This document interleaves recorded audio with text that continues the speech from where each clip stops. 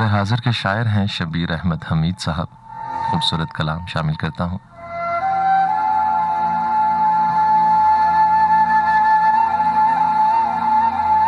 खिरत तो वैसे ही उलझी रही सवालों में, खिरत तो वैसे ही उलझी रही सवालों में, रमूज़े इश्क को रखा गया धमालों में।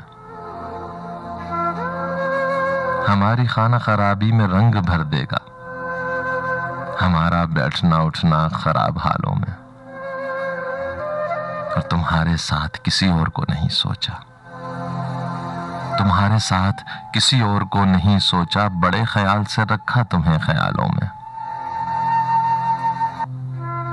जहां भी लोग मोहब्बत का जिक्र छेड़ेंगे हमारा नाम जरूर आएगा हवालों में।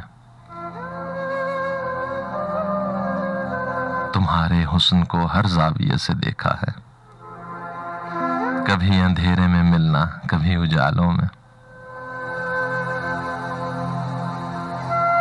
तुम्हारा चेहरा कभी चांद को दिखाऊंगा,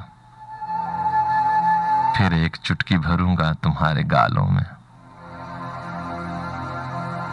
ये मेरा दिल है जिसे फूल कह रही हो तुम, ये मेरा दिल है जिसे फूल कह रही हो तुम। कहो तो फूल सजा दूं तुम्हारे बालों में।